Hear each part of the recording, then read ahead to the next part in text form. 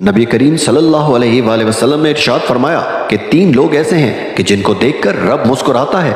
पूछा गया कि या रसूल अल्लाह, वो 3 लोग कौन से हैं? तो महबूब फरमाने लगे कि एक वो बंदा जब सारी मखलूक सोई है, आधी रात का वक्त है, पिछला पहर है और इसने उठकर वुजू कर लिया और मुसल्ले पर खड़ा हो गया अल्लाह की याद में, तो फरमाया कि इसे देखकर रब मुस्कुराता है।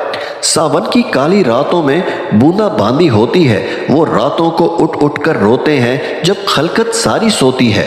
दोस्तों, दूसरा, जब मुसलमान नमाज के लिए सफ़े बनाते हैं, तरतीब लग रही होती है, अब अल्लाह की बारगाह में जाएंगे, कयाम करेंगे, रुकू करेंगे, सुजूद करेंगे, तो उस वक्त सफ़े बनाने पर अल्लाह मुस्कुराता है। नबी पाक फरमाते हैं कि जब मुजाहिद जंग के दौरान अपनी सफ़े सीधी करते हैं, तब मेरा रब मुस्कुराता है कि आज तो ये अल्लाह के नाम पर कुर्बान होने जा रहा है, या कुफार का गला काटेंगे या शहादत अपने नाम करेंगे। सुभान अल्लाह।